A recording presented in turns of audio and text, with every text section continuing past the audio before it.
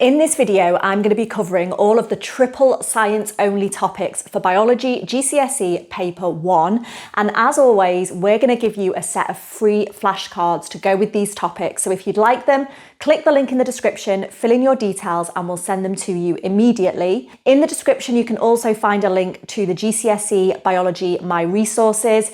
In here, not only do we cover everything you need for combined science, but we also cover all of this triple science or separate science content as well.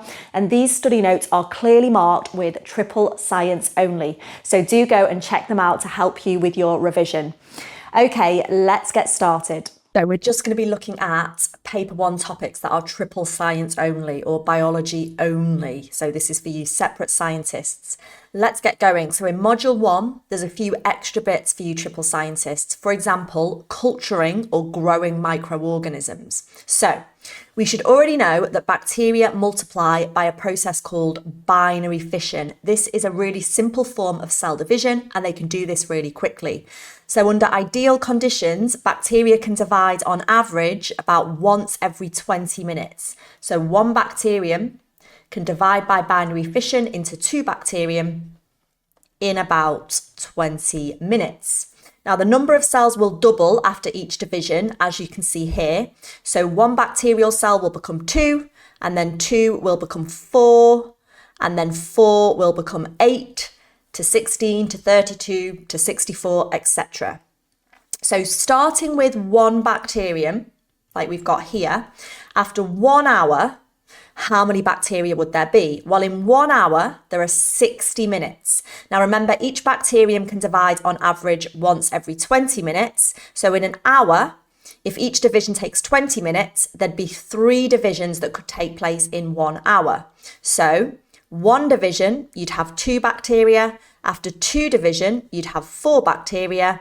So after those 3 divisions, if I can do this quickly, after those 3 divisions, you'd have 1, 2, 3, 4, 5, 6, 7, 8 bacterial cells after 1 hour or 3 divisions.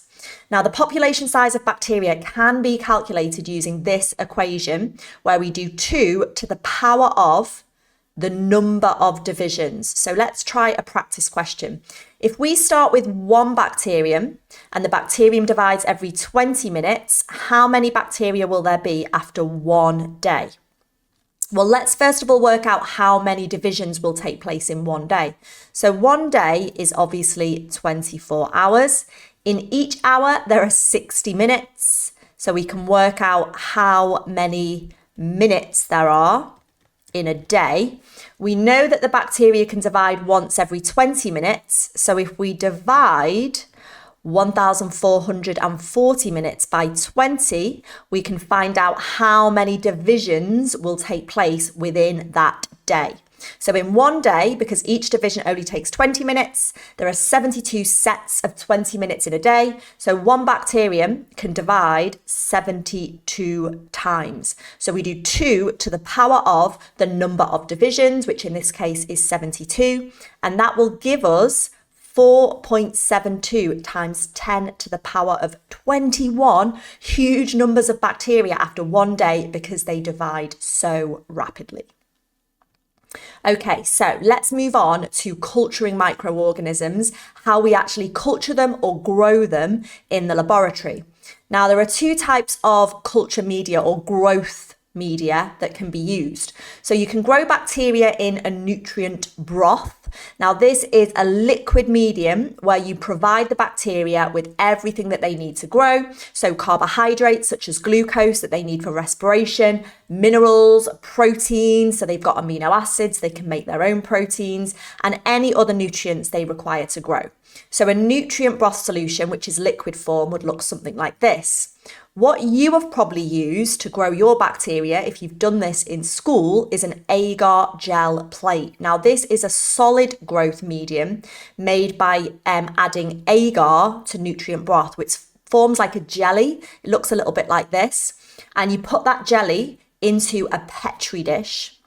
And then you can grow your bacteria on that agar jelly. Again, the agar jelly will provide all the nutrients, such as glucose and minerals, needed by the bacteria to grow. You grow it on that agar jelly, and then you can observe the bacterial growth, and you'll see kind of clusters or colonies of bacteria where the bacteria have divided by binary fission. Now, when growing microorganisms in a school lab, you often just want to grow one type of microorganism. So it is essential to prevent contamination by any unwanted microorganisms or unwanted microbes that might be present, because there'll be microbes or microorganisms all over your work surfaces, your hands, in the air, and you don't want to contaminate your culture with those other microorganisms because you're probably just wanting to grow one type and investigate just one type. So we have to make sure that when growing or culturing these microorganisms, we are using aseptic techniques to prevent any contamination of that growth medium with any other microorganisms. So what are aseptic techniques? Because you might have to describe these in your exam. So basically, any equipment or any apparatus that you're using should be sterilized prior to your experiment. So all Petri dishes, all pipettes, any culture media, so whether that's your agar jelly or your nutrient broth, must be sterilized. Now for this, we typically use a machine called an autoclave. You probably didn't see this because your lab technicians would have done this for you, but they basically put all the equipment into the autoclave prior to giving it to you. And the autoclave uses steam, which is really high temperature, so heat and pressure, to kill any microorganisms on that equipment, so there's no contamination. So we're sterilizing all of the equipment. Now, you may have used an inoculating loop. An inoculating loop basically has like a wooden handle and then a little metal wire loop at the end. And you can use an inoculating loop to transfer bacteria to your Petri dish. Or you might use a pipette if it's a liquid form of bacteria. Remember, if you're using a pipette, that must be sterilized too. But if you're using an inoculating loop because you've got a more solid culture of bacteria, you can use this to transfer microorganisms.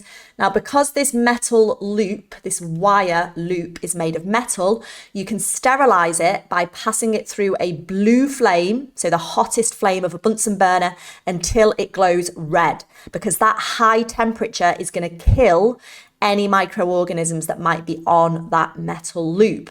Remember, you must then leave it to cool before you actually use it, because if you dip it into your bacteria when it's still red hot, it will kill the bacteria that you wish to grow. So you sterilize it by putting it through the hot Bunsen flame, and then you do leave it to cool. You should also work next to a Bunsen burner. So when you're transferring your bacteria, when you're spreading your bacteria onto your agar in your Petri dish, if you work next to a Bunsen burner, what this will do, the heat from the Bunsen burner will cause the air to rise. It will rise up and it will create a convection current. So the air will rise up, move away before it falls. And when the hot air rises, it's going to carry any microorganisms that are in the air up and away from your working space. So hopefully any microorganisms that might be present in the air will not fall onto your Petri dish. And again, this is all about preventing contamination. Another thing that's important, the Petri dish, if you're using a Petri dish with agar jelly in it, the Petri dish should be opened for a minimum amount of time. Again, this is to prevent any microorganisms from the air falling onto your agar and contaminating your culture. So what we do with our Petri dish, if I do you a quick sketch, when we lift the lid for as short a time as possible, and we try and hold it over the Petri dish at an angle so it is blocking any microorganisms from falling onto that agar jelly. The Petri dish should be secured with adhesive tape. So this is after you've spread your bacteria onto the agar and now you wish to grow them. You are going to secure it with sticky tape or adhesive tape. You do not seal it. Do not say seal it shut, because you do need oxygen from the air to enter, right? Bacteria are living things. They do need oxygen for aerobic respiration. So you don't seal it shut, but you just place I'll show you. If this was my Petri dish, you might place one piece of sticky tape over the edge there and another piece of sticky tape over the edge there. So it's secure, so no bacteria can enter and contaminate and no harmful bacteria can leave. It's nice and secure, but you've not sealed it shut because that would prevent oxygen from entering and that would prevent aerobic respiration, which means you might get harmful anaerobic bacteria thriving and growing in your Petri dish. Finally, last thing to say here, in a school lab, the maximum temperature you are allowed to incubate or keep your plates warm at is 25 degrees Celsius. So this is because, right, a lot of dangerous pathogens that are harmful to humans, they will replicate really quickly at warmer temperatures, okay? They replicate very quickly at body temperature, which is 37 degrees Celsius. So in a school lab, we are not allowed to incubate the plates at 37 degrees Celsius because that would encourage the growth of dangerous pathogens that are harmful to human health. So instead, we use 25 degrees C. It's still warm. They will still be able to divide relatively quickly, but we will not be encouraging the growth of pathogens that are dangerous to human health. In industry, for sure, they will use warmer temperatures. They will incubate their plates at 37 degrees, but in a school, the maximum temperature is 25, and do make sure that you learn the reasons why. Let's have a look at a little diagram then to show us an example of culturing bacteria or growing bacteria using aseptic techniques. So here we have an inoculating loop. This is what I was talking about before. The inoculating loop has this kind of wooden handle that you can hold that won't get hot, and then a metal wire loop. Now it's being passed through a blue flame. Remember, that is to kill any microorganisms on that loop to prevent any contamination. But then we do allow it to cool briefly before we dip it into our bacteria. So this is obviously the bacteria that we wish to grow. So we're going to dip the inoculating loop in there so we can transfer those bacteria to our agar plate. You'll notice in this diagram that the neck of the bottle that contains the bacteria is also being passed through that blue flame. That's called flaming the neck of the bottle. And again, that is to kill any bacteria that might be on the neck of that bottle that could contaminate your culture. They could fall into the bacterial solution. They could possibly contaminate your inoculating loop when you stick it in there. So again, flaming the neck of the bottle is about killing any other bacteria to prevent contamination. Once you've transferred your bacteria onto the inoculating loop, you can see down here, we are then spreading the bacteria nice and evenly across the agar jelly, which will provide them with all the nutrients they need to grow. They are reheating the inoculating loop. This is to sterilize it again after you've used it for spreading the bacteria, so it does not harbour any dangerous bacteria. Now you've got your bacteria on your Petri dish, you can see that they have secured the lid of the Petri dish with sticky tape. They have not sealed it, so air and oxygen can still get in for aerobic respiration, but the lid is nice and secure, so no contaminating bacteria from the air will enter and no harmful bacteria that you're growing can escape. And we're going to incubate the plate at a maximum temperature of 25 degrees Celsius, which is warm enough for the bacteria to divide quickly and grow into colonies, but not too warm that it encourages the growth of harmful pathogens that are dangerous to human health.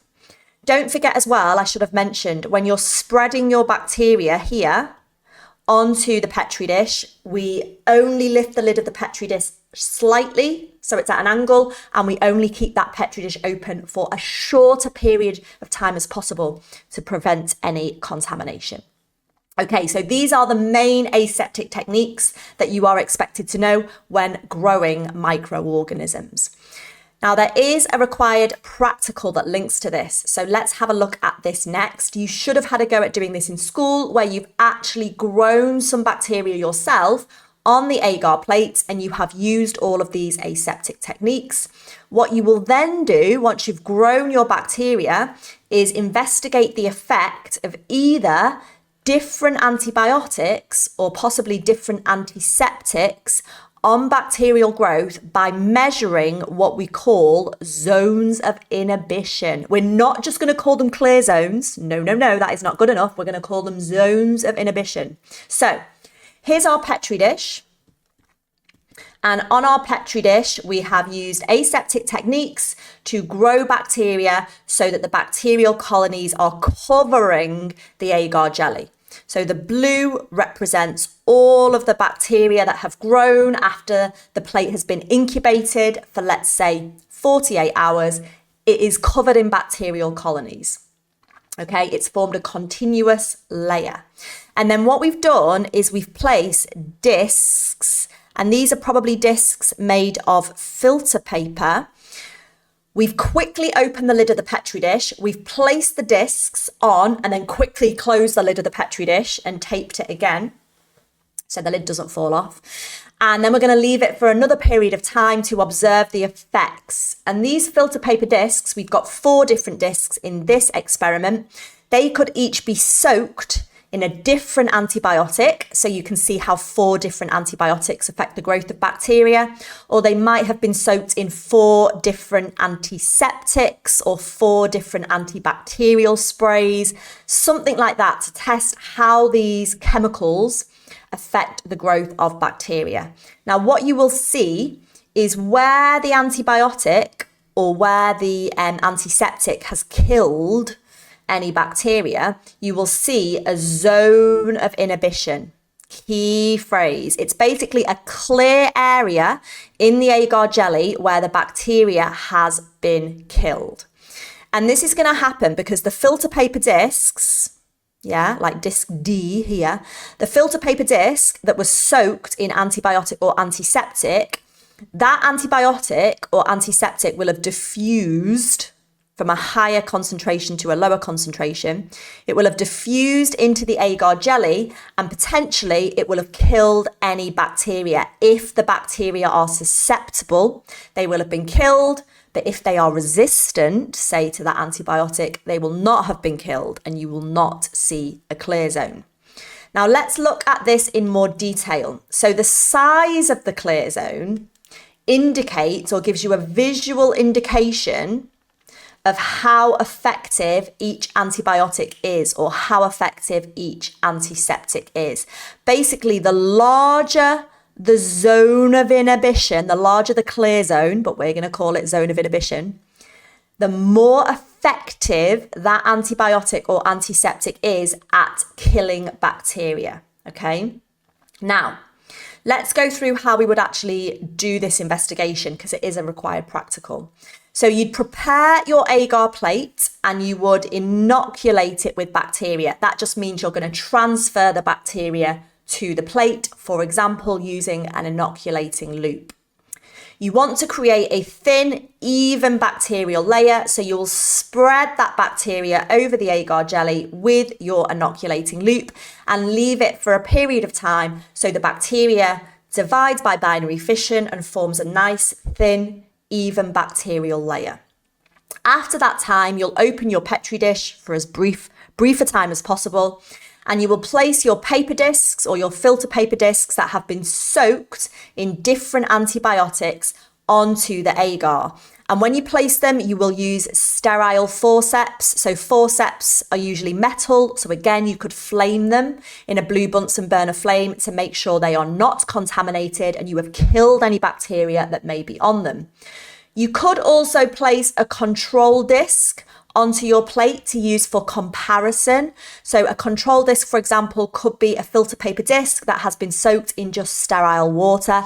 This disc should not kill any bacteria, and you can use that as a control to compare to your other discs that have the antibiotics or the antiseptics on them. Once you've placed your paper discs, you would secure the Petri dish again. You could label it with your name, with the date. You might even label it with the different types of antibiotics that you've used, and then tape your dish securely shut with sellotape, not sealed, so oxygen can get in for respiration.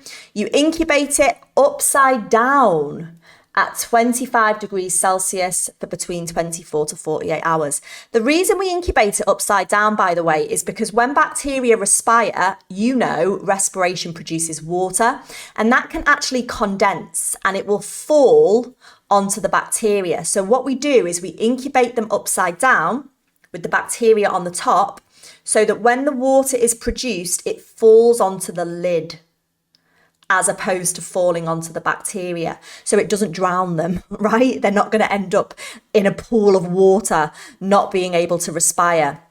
I'll show you a quick picture. So upside down, it would look like this. The agar would be up here, and all of your bacteria would be up here. So when they respire and produce water, the water will pool down here, as opposed to drowning and killing the bacteria. There you go. Right, after you've done this, after your set amount of time, you can observe and measure the zones of inhibition. So you can measure how big each zone of inhibition is. You can measure the diameter across each clear area or zone of inhibition. The reason we measure the diameter is once you do that, you can measure or calculate the area of each zone of inhibition, because these zones of inhibition will be circular. So the formula we use is pi times the radius squared, where r is the radius. So if we've measured the diameter, let's imagine that this was 25 millimeters in diameter. You could half that to get the radius, and then you would do pi times the radius squared to get the area of that zone of inhibition. And then you can compare the areas to see which area is largest. The larger the area, the larger the zone of inhibition, the more effective the antibiotic or the antiseptic is, because it has killed more of the bacteria on the agar jelly. Now, if you don't see a zone of inhibition, I'm assuming this one here, this was maybe our control disc, right? The disc that was soaked in water. So we don't expect to see a zone of inhibition because the water alone should not kill any bacteria. But if you see another disc that was soaked in antibiotic, and there is no zone of inhibition or no clear zone, that would indicate that the bacteria are resistant to that antibiotic, and that's why they haven't been killed. Or this one here, there's a clear zone, there is a zone of inhibition, but it's much, much smaller. So that indicates that this antibiotic is not as effective at killing bacteria as, say, antibiotic A or antibiotic C. Antibiotic C was clearly the most effective at killing that strain of bacteria, so that would be the one that doctors would prescribe to use if a patient had an infection with this particular bacteria. Okay, just to clarify then, the clear zones, or we're going to say zones of inhibition to make sure we get the mark, around the antibiotic or the antiseptic disc show where the bacteria have been killed or where their growth has been prevented. Remember, the larger the zone of inhibition, the more effective the antibiotic or the antiseptic is. The smaller the zone of inhibition, the less effective. And if there is no zone of inhibition, then the bacteria is resistant or has not been killed by that antibiotic or that antiseptic. Okay. Now that was all from module 1. Now we move into module 3. Module 3 is infection and response, but there are some bits in module 3 that are triple science or separate science only. For example, how do we produce monoclonal antibodies? This is a topic that triple science students find incredibly hard. It is only higher tier. So if you're foundation tier, the next 2 slides are not applicable to you, but there is more later on in the video that is, so do stay tuned. But let's go through, how do we make monoclonal antibodies and what are they?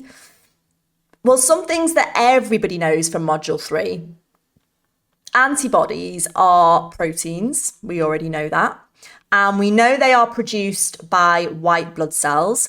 In fact, they are produced by a specific type of white blood cell called a lymphocyte. So not a phagocyte, they're the ones that engulf and destroy. Lymphocytes are the ones that produce antibodies. So we already know that, right? Just from combined science Antibodies are proteins. They're produced by lymphocytes, which are a type of white blood cell, and they form part of your immune response. So monoclonal, if you think about what that word means, mono means one and clonal means clones, right? So monoclonal antibodies are identical antibodies. They will have the exact same shape and they will be complementary to the same specific antigen. They are identical because they are produced from a single clone of lymphocytes. So lots of cloned lymphocytes will all make the same type of antibody that will be complementary to and will bind to the same type of antigen. So monoclonal antibodies are highly specific. They only bind to one type of antigen. Now, how do we make them? Let's go through the steps that go with this diagram. So, first of all, the antigen or the protein that you want to make the antibodies for is injected into the mouse. Okay, so it could be an antigen and you want your antibodies to bind to that antigen. So you inject that antigen into the mouse. It could really be any type of protein, any protein that you want antibodies for, that you want antibodies to bind to and be complementary to, that antigen is injected into a mouse. That's step one. Now, what's going to happen? That is going to stimulate an immune response because they're recognized as foreign antigens or foreign proteins that should not be in the mouse's bloodstream. So it's going to trigger an immune response, and the mouse, the lymphocytes of the mouse, which remember are a type of white blood cell, and we're going to name the lymphocytes here, the lymphocytes specifically will respond to that antigen. Those lymphocytes are going to start to produce antibodies and they're going to start to divide by mitosis. But those lymphocytes that are produced by the mouse are going to be removed from the mouse, okay, which you can see here. Now, lymphocytes are great because they produce antibodies, and these lymphocytes are going to produce antibodies that are specific to this antigen that has been injected. But lymphocytes do not divide easily. So what do? We fuse or combine the lymphocytes that we collect from the mouse with a type of tumor cell. The reason we do this is because the lymphocytes produce the antibodies that we need. Tumor cells divide rapidly by mitosis. So if we fuse those two types of cells together, we'll now have a cell which is called a hybridoma that has both of those properties, right? It will be able to divide rapidly like a tumor cell, and it will be able to produce antibodies like a lymphocyte, okay? Really important, this step. So the lymphocytes are being fused with a tumor cell, and this forms a hybridoma. Now, we do need to identify and select the correct hybridomas. Remember, we want to choose the hybridomas that are dividing, but also producing the correct antibody that is specific to the antigen that was injected. Because you might have some different hybridomas. They might be producing different types of antibodies. So you're going to identify the hybridomas that are dividing rapidly and producing the correct complementary antibody correct for that antigen that was injected. Once you've selected them, you allow those hybridomas to divide rapidly by mitosis to produce many identical cells.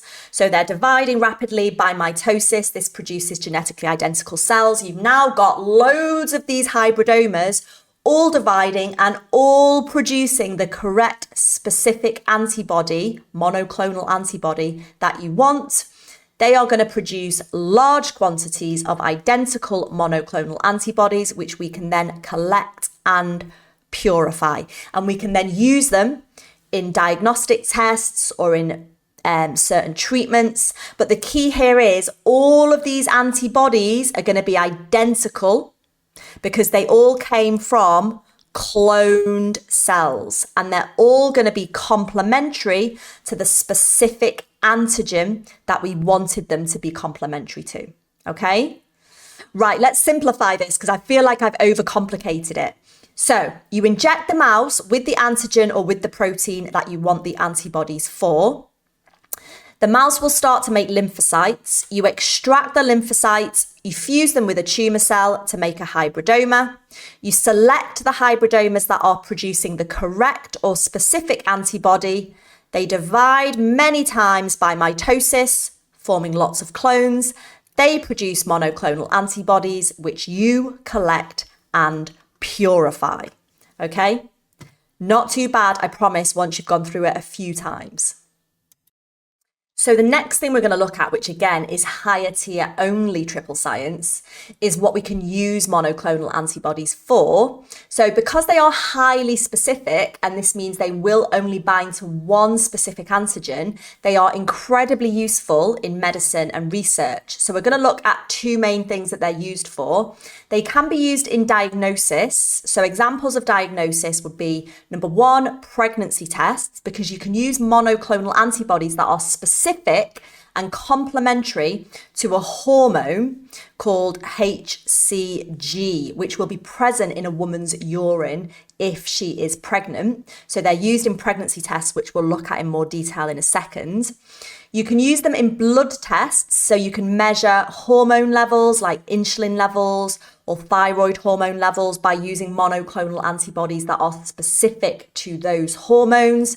You can also use them to detect infections with pathogens like viruses or bacteria, again by using monoclonal antibodies that are specific to the antigens on those pathogens. You can use them in treatments. Now, the example we're going to talk about here is cancer treatment.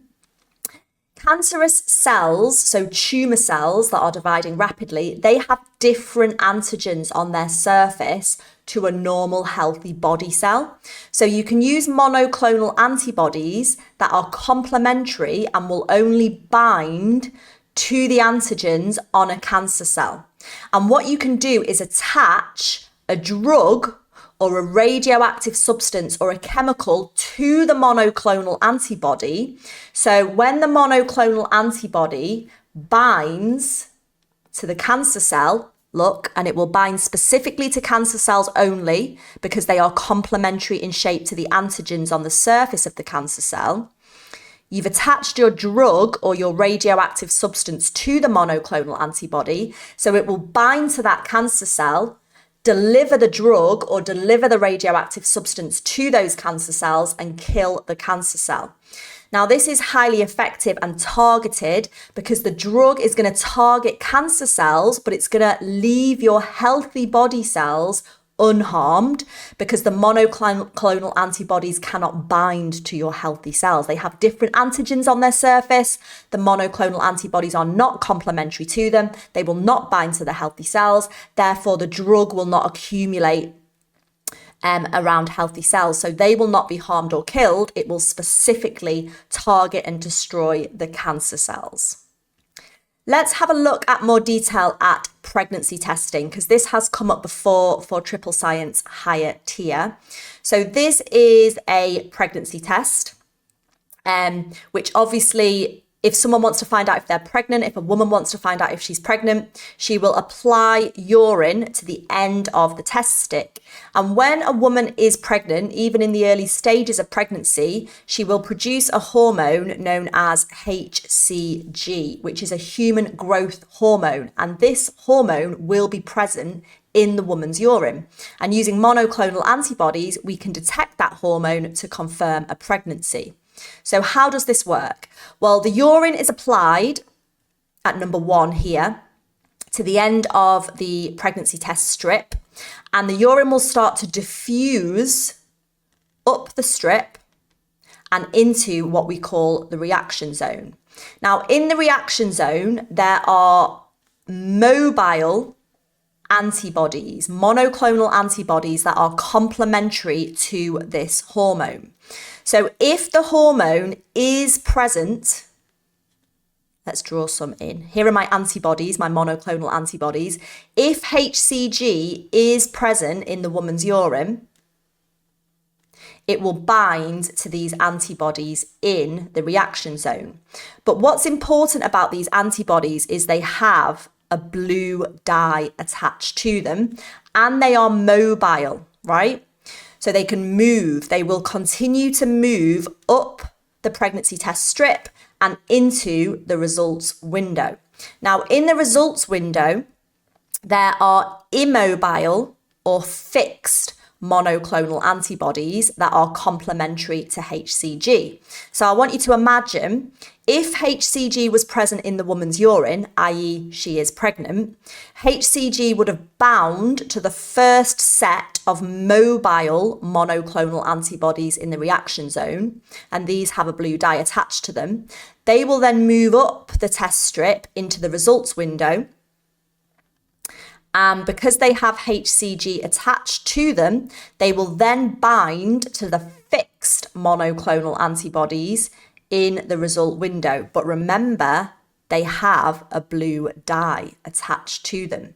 So they're going to be fixed in place in that results window because they had HCG attached to the mobile antibody, and the HCG is now binding to the fixed antibody. But the mobile antibody had the blue dye attached too, so you're going to see the blue dye in that results window, which is going to indicate this woman is pregnant. She did have HCG. That is why the blue dye becomes fixed in that results window. Now, what will then happen? Any other antibodies, so antibodies from this reaction zone, because there's an excess of them, there's lots of them, any other antibodies that did not bind to HCG will continue to move into what we call the control window. And the control window also has fixed antibodies in it that are complementary to the original antibodies from the reaction zone. But don't forget, the original antibodies from the reaction zone had the blue dye attached. So when these antibodies diffuse into the control window, those antibodies will bind to the fixed antibodies in the control window. The blue dye is then fixed in place. So you will also get blue dye in the control window. Now, what are the results going to be?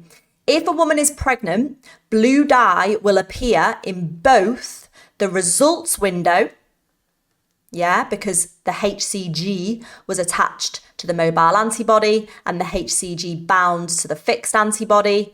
So the blue dye was fixed. But you'll also get blue dye in the control window because any excess mobile antibodies that did not bind to HCG will bind to the fixed antibodies in the control window. So you'll get blue dye there as well. So the results window is saying blue dye means pregnant. The control window is saying blue dye means the test worked. The urine must have diffused down the strip. The mobile antibodies must have diffused down the strip. The test is working. That's what the control window shows you. If the test is negative, there'll be no growth hormone or HCG in the urine of the woman. So you will not get the blue dye being shown in the results window, but you will still get the blue dye being shown in the control window. And I'll just explain that again.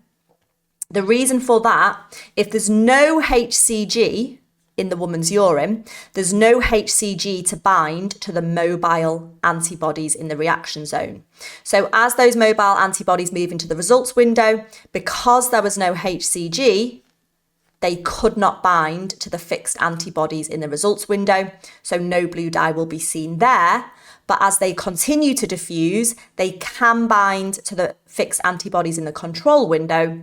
So you will get blue dye. So basically, blue dye in the control window only tells you the test has worked, but not pregnant. Blue dye in the control window and the results window tells you the test has worked, and yes, the woman is pregnant. Okay, but it's relying on the fact that monoclonal antibodies used here are complementary and specific to the HCG hormone, and the HCG hormone will only be present in the urine of a woman if she is pregnant. Let's hope that doesn't come up. That's quite hard.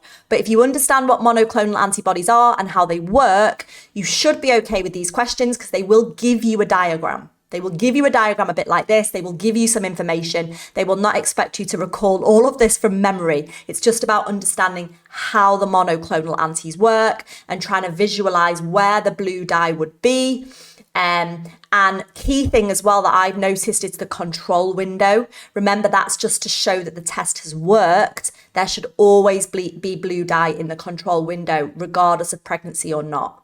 That is just to prove that the test has worked as it should. Okay, something else that comes up in module 3, which is infection and response for triple science, is plant disease. Now, we've already looked at some plant diseases when we did the combined science video. We looked at, for example, tobacco mosaic virus, and we looked at rose black spot. Now, tobacco mosaic virus is caused by a virus, and you should remember that it causes like a yellow mosaic pattern of discoloration on the leaves. TMV actually infects chloroplasts. It reduces the amount of chlorophyll. It reduces photosynthesis and glucose production. Rose black spot, you should remember, is caused by a fungus, and this will produce kind of purple or black spots on the leaves, and they will fall early. Again, it leads to a reduction in photosynthesis. But these are infectious diseases, right? This is caused by a virus. This is caused by a fungus. Not all plant problems are caused by pathogens. So for triple science, you also need to consider iron deficiencies. So where a plant might be deficient or lacking in a particular mineral iron. Now, the two examples you need to know are nitrate deficiency, so they're lacking in nitrate ions, and magnesium deficiency, so they're lacking in magnesium ions. What do these deficiency diseases lead to? Well, if a plant has a nitrate deficiency, you will see stunted growth, less growth of stems, less growth of leaves. Why? Well, nitrate ions are needed to make amino acids because amino acids contain nitrogen. If they're lacking in nitrate ions, they can't make as many amino acids. Therefore, they can't make as many proteins, and proteins are needed for growth. So with fewer amino acids and fewer proteins, you'll see less growth or stunted growth. Now, the second iron deficiency you need to know is if a plant is lacking in magnesium ions. The symptoms you would see is yellow leaves or a yellowing of the leaves, which is known as chlorosis. Why? Well, magnesium ions are needed to make chlorophyll. Chlorophyll is a green pigment.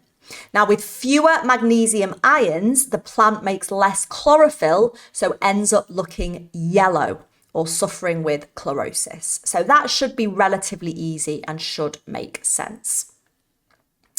What are the common signs that a plant might be infected or might have a mineral deficiency or be infected with a pathogen? Again, this is higher tier only, this section. I don't know why, because it's super easy, but these are the common signs that a plant might be infected or have a mineral deficiency.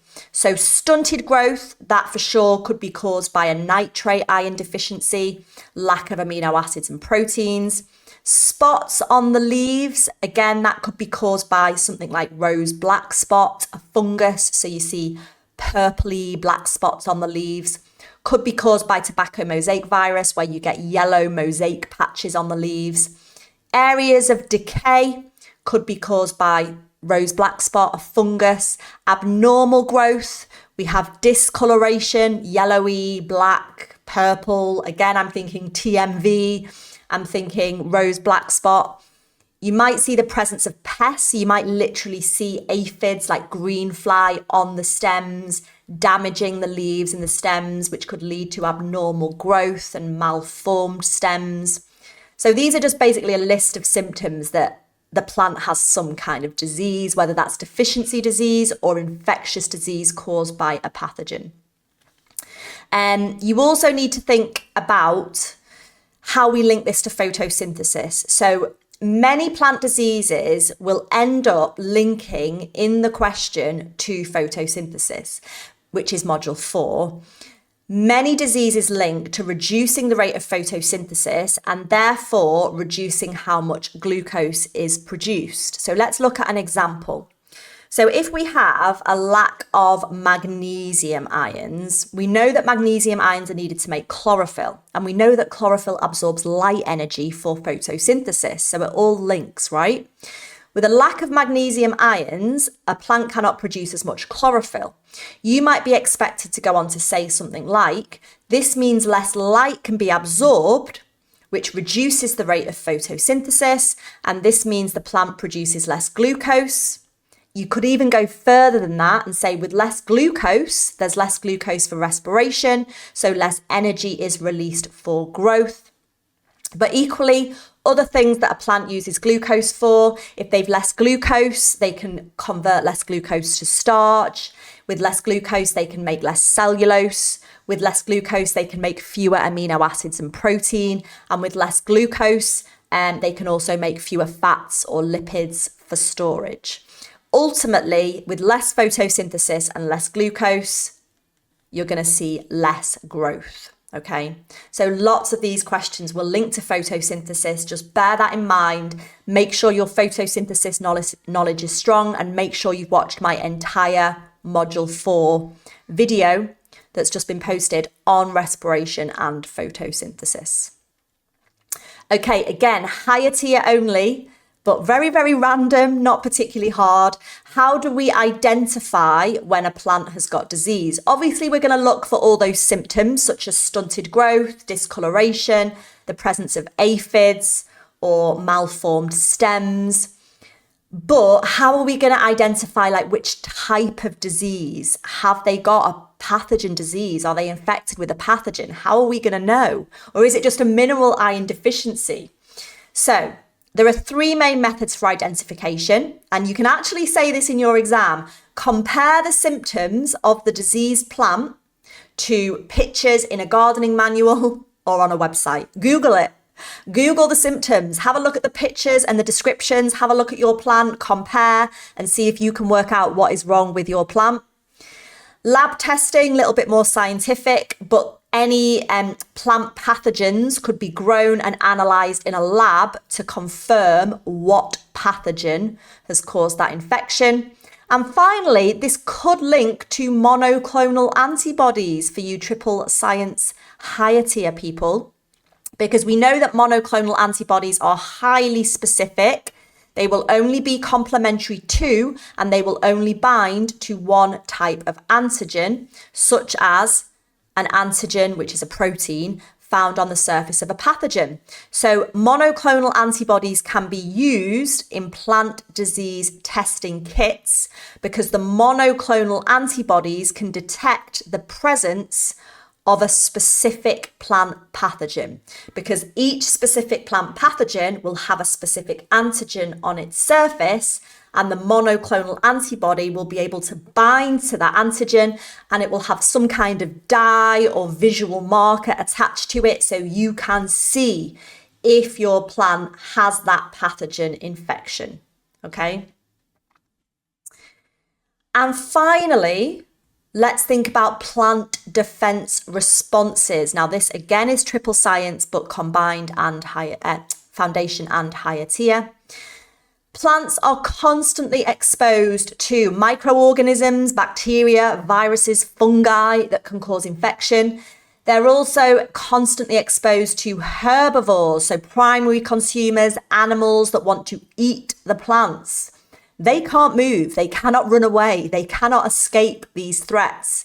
So they have developed defense responses to try and protect themselves. And we can split them into three categories: physical defenses, chemical defenses, and mechanical defenses. So the first type, physical defenses, these are like physical barriers, a bit like your skin is your physical barrier, to block the entry of pathogens. So three examples I've got for you.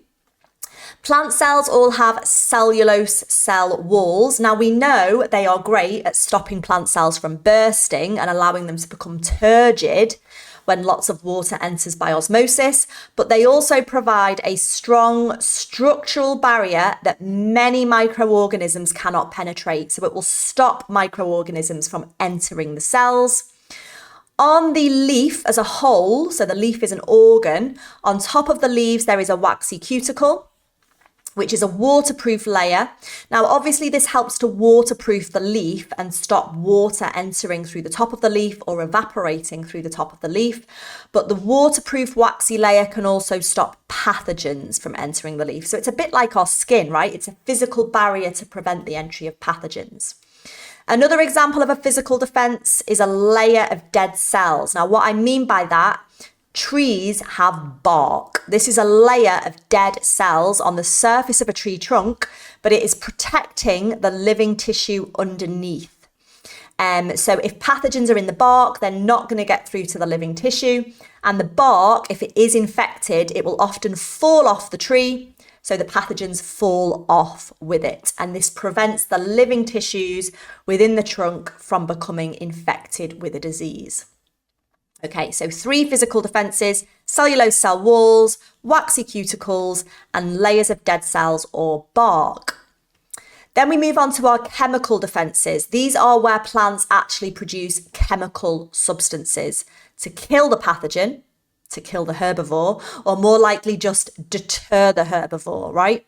So they might kill the microorganism, the bacteria. They can kill the bacteria, for example. Usually with herbivores, it just deters the herbivore from trying to eat the plant, so the plant doesn't get damaged. So 2 examples for you here. Some plants can produce antimicrobial chemicals. These are chemicals that will kill microbes or microorganisms. So they can kill bacteria, for example, to help protect the plant from a bacterial infection. Mint is an example. Witch hazel is another example of a plant. They produce natural antiseptics that kill microorganisms.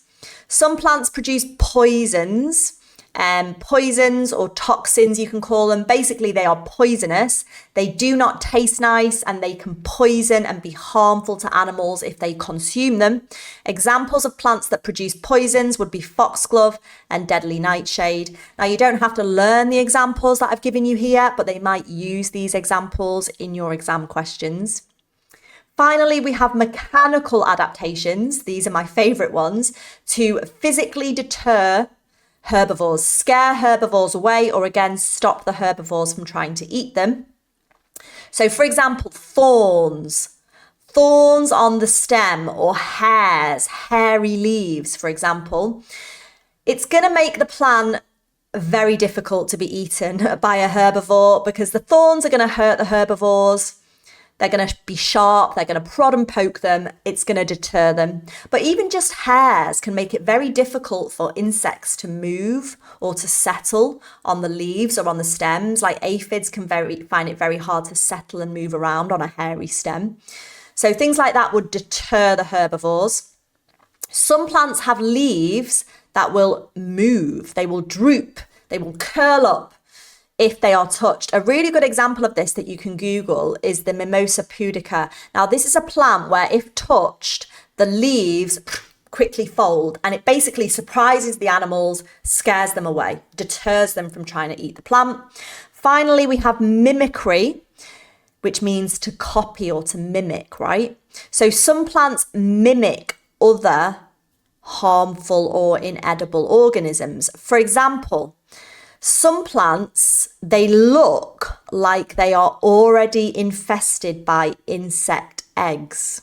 That's so clever, isn't it? So they're mimicking, or they look like a plant that is already infested with insect eggs. And this discourages real insects from laying any more eggs on the plant. Now, just to highlight what mimicry is, an example that has come up, it wasn't a plant example, but they used on the exam an example of a hoverfly and a wasp. Now, wasps sting and hoverflies don't, but the yellow and black stripy patterning on a hoverfly makes predators think that they are wasps. They are mimicking the wasp, even though the hoverfly can't sting, right?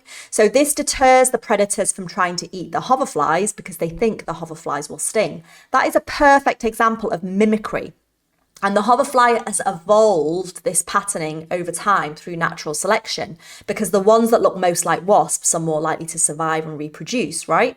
Well, it's the same with plants. These plants have evolved this mimicry over time because the ones that have this mimicry that mimic harmful or inedible organisms are more likely to survive and go on to reproduce and pass on their genes.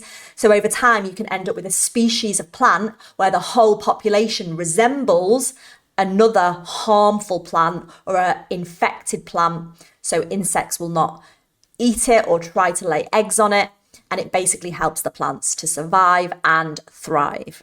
Now, in this video, we've covered all of the triple science topics from paper 1. There's actually not that many. So we've just got our little bit from module 1, which was our culturing microorganisms and aseptic techniques with a required practical. And then we've got these bits from module 3, which was our monoclonal antibody stuff, as well as our plant diseases and plant defenses. Not that much difference between combined and triple, but hopefully you triple scientists now feel confident that you have everything you need covered for your paper 1 exam. Do make sure you've checked out my other videos because we've posted full videos on module 1, module 2, module 3, module 4. So along with this video, you now have absolutely everything. I hope you enjoyed that triple science only video and found it useful for your revision. If you did, make sure to like the video and subscribe so you don't miss out on any of the future videos, all designed to help you smash your exams. Don't forget to click the link so you can access those free flashcards. Don't forget to click the link in the description to also access my resources if you've not used them yet. And if you would like to join one of the biology GCSE courses here at my EdSpace, the link is in the description for that also. So you can access your 2 live lessons every week with your workbooks, with your exam style homeworks, and with monthly assessments with full video solutions for everything you need to do well in your biology GCSEs. Thank you for watching, and I'll see you on the next video.